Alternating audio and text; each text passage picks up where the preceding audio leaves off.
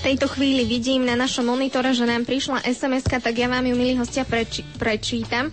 Chcela som sa spýtať vašich hostí, či sa môžem aj ja stať členkou Domky a či potrebujem nejakú špeciálnu školu a prax. Ďakujem, poslucháčka Eva. No, Števko, môžeš začať odpovedať ty teraz? No, myslím, že odpoveď jednoduchá. Môžeš sa stať. Budeme radi, keď nás prídeš pozrieť. A či k tomu niečo potrebuješ? Myslím, že určite nie. Stačí seba, chcieť a dobrú náladu. A hlavne chuť. Možno by sme mohli povedať, lebo nevieme celkom presne asi odkiaľ poslucháčka je. Vy okrem Zvolena a Bratislavy máte aj iné nejaké také sídla alebo nejaké mesta, kde by sme mohli o Domke chýrovať? No, určite áno. Domka ako združenie má celoslovenskú platnosť a pôsobnosť, takže človek stačí sa pozrieť na rôznych internetoch alebo na rôznych sociálnych sieťach a určite tam nájde. No, kto hľadá, ten nájde. Podmienky sú asi stále rovnaké, však treba chuť a stačí prísť. Vláďka, ty si mi teraz spomínala, že ťa bolí hlava, či niečo také tu zaznelo od Trošku. teba?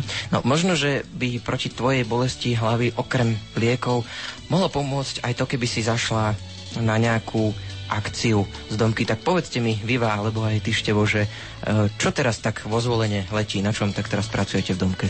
Na čo sa môžeme tešiť? Tak začnem našimi najbližšími akciami, ktoré čoskoro sa nám blížia Vianoce. Takže Vianoce otvárame Vianočnou burzou. Je to akcia, kde deti spolu s animátormi zo svojich tretiek alebo zo stretnutí, ktoré vedieme, pripravujú rôzne veci, vyrábajú rôzne materiály a potom ich v poslednú adventnú nedeľu predávajú na svätých omšiach, kde si vlastne zarábajú na svoje ďalšie činnosti, na výlety alebo na chaty a podobne. Ďalšie akcie naše pravidelné sú napríklad Don Bosco Show. Táto akcia je známa na celom Slovensku. Je to akcia, ktorá sa koná vždy na sviatok Svätého Dona Boska a je to taká oslava toho sviatku. Spomíname si na tohto nášho patrona a chceme to vlastne patrične osláviť, takže väčšinou tam vždy máme nejaké divadelné predstavenia, hudobné zložky, sú tam rôzne videá a prezentuje sa tam tvorba mládeže a detí. Ďalšie naše akcie, také pravidelné sú pravda, že tábory. Sú to prevažne letné a prímestské tábory, ktoré si naši rodičia alebo rodičia našich detí veľmi obľúbili. A ďalej môžem spomenúť šarkaniádu, taktiež rôzne futbalové a športové aktivity a podujatia. Takže ako vidíme, mali by sme si z čoho vybrať. Mňa tam zaujala tá informácia, že si to obľúbili rodičia našich detí, tak to vie, či aj tie deti si to obľúbili, ale tak myslím, že áno. A možno by sme sa mohli spýtať, mňa by napríklad zaujímalo, že či ste nejako vekovo ohraničení. Napríklad, že mám 6 rokov, môžem ísť, mám 20 rokov, môžem sa k vám pridať, ako to je? Je to neobmedzené, čiže ktokoľvek má chuť, môže prísť na akciu. Samozrejme, každá tá akcia má nejaký svoj taký typický charakter, niektoré viacej pre deti, aj tak zameraná, iná je zase pre starších, ale myslím si, že každý tam niečo nájde. Teraz už sa nám tak aj slnko skôr schováva za obzor, aj vôbec vonku prituhlo. Nejaká taká špeciálne aktivity na zimu našli by sme vo vašej ponuke? Nejakú sánkovačku napríklad. Guľovačku. To bolo super, aby som sa chcel zguľovať, Vláčka, čo ty? Alebo postaviť snehuliaka. Presne, no tak našli by sme niečo takéto? Keďže v posledných rokoch máme troška problému so snehom, aspoň v našich oblastiach, tak sme vymysleli ďalšiu akciu, ktorú chystáme a je to turnaj v Pexese. Keďže vonka je zima, tak myslím, že ľudia si radi zahrajú Pexeso v teplúčku a pri čaji. Aha. No možno, keď máte ten nedostatok toho snehu, tak by ste mohli skúsiť vyšľahať nejaký ten sneh zase. Ty už aké náročné veci vymýšľaš. A to nie som členom ani členkom tejto Domky. No tak nie si, ale možno by si sa ním aj mohol stať, vieš, keby si chcel. Stačí chuť. Uvidíme. Mňa by ale zaujímalo, že áno, chuť toho snehu vyšľahaného by mohla byť. Také celoslovenské aktivity, napríklad nedávno, konkrétne včera, ste na jednej takej známej sociálnej sieti spustili tzv. Adventné zamyslenia, to je tiež taký zimno-vianočno-decembrový projekt, tak povedzte nám niečo o tomto. Takže, ako si už povedal, tieto adventné zamyslenia organizuje Domka, ešte v spolupráci s jednou organizáciou a je to vlastne pokračovanie projektu, ktorý pokračoval v období pred Veľkou nocou, Tento projekt sa volal 40 for You a pre veľký úspech sa Domka rozhodla pokračovať v tomto projekte na sociálnej sieti a je to také krátke zamyslenie, kde si každý návštevník môže prečítať krátke zamyslenie, môže si pozrieť k tomu obrázok, prípadne video. Taktiež tam aj nejakú činnosť, ktorú môže vykonať, napríklad sa pomodliť alebo nejakú hociakú aktivitku na ten deň. A je to vždy spojené s daným čítaním v ten deň. No, toľko teda informácie o týchto adventných zamysleniach. Myslím, že ľudia, ktorí majú záujem si ich prečítať, tak si vás určite na tej sociálnej sieti nájdu. No a my sa už potom budeme znova rozprávať s tebou viac, Štefan, a budeme hovoriť konkrétne o animátorstve. Stále počúvate Študentské šapito. My sa veľmi tešíme z toho, že nám tie e-mailové adresy sú stále teda plné, že nám píšu naši šapiťáci. Mám tu jeden mail otvorený, ja vám ho tiež prečítam. Ahojte, chcela by som sa hostí opýtať, aký je ich najkrajší zážitok počas ich pôsobenia v domke. Ďakujem, Majka. Tak kto sa vyjadrí, Števo, asi ty? Ty sa tak pekne usmievaš. Áno, tak tých zážitkov je určite veľa, keďže máme aj veľa akcií, ale taký môj najsilnejší zážitok je ešte z mojich detských čias, keď sme sa v noci na chate s chalami stratili úplne bez dozoru. Vlastne to bola taká nevidná hra, kedy nás animátori vyviedli do lesa, zaviazali nám oči. Pravda, že po ceste, takže sme nič nevedeli, kam ideme ani kde sme.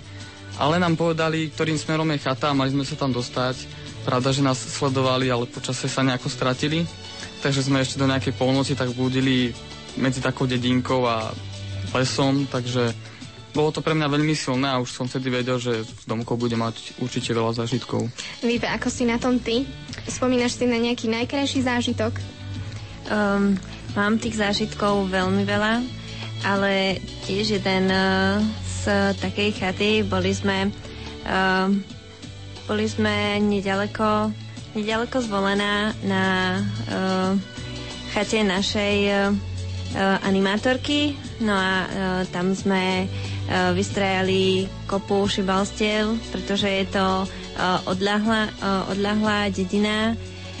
Napríklad my ako deti z mesta sme nemali tu možnosť byť vonku a spať vonku, tak sme napríklad spali v stane, alebo sme si museli sami váriť, podkladať do pece, aby nám nebola zima a tak.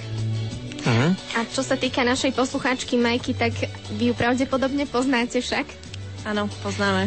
Čiže zo strediska Domka, dobre si tak myslím? Áno, od nás Zvolené. No tak Majka, my ťa pozdravujeme aj všetkých, ktorí si zapli Študentské šapito. Máme pre vás aj otázku ďalšiu. Povedali sme si, čo je pre vás vlastne najkrajšie z tých zážitkov, možno čo je pre vás z tej práce najkrajšie, čo vás tak najviac naplňa, že môžete robiť akorát v stredisku Domka vo Zvolene. Neviem, kto začne. Myslím si, že to najkrajšie je, keď vidíš na tých deťoch, že sa vracajú každý týždeň a že sa nevedia dočkať toho konkrétneho dňa, kedy príde to stredko a môžu vlastne so svojimi rovesníkmi tráviť ten voľný čas. Myslím si, že to je asi to najkrajšie. No a animátor, ešte tebe dáme slovo. Števko, ako si na tom ty?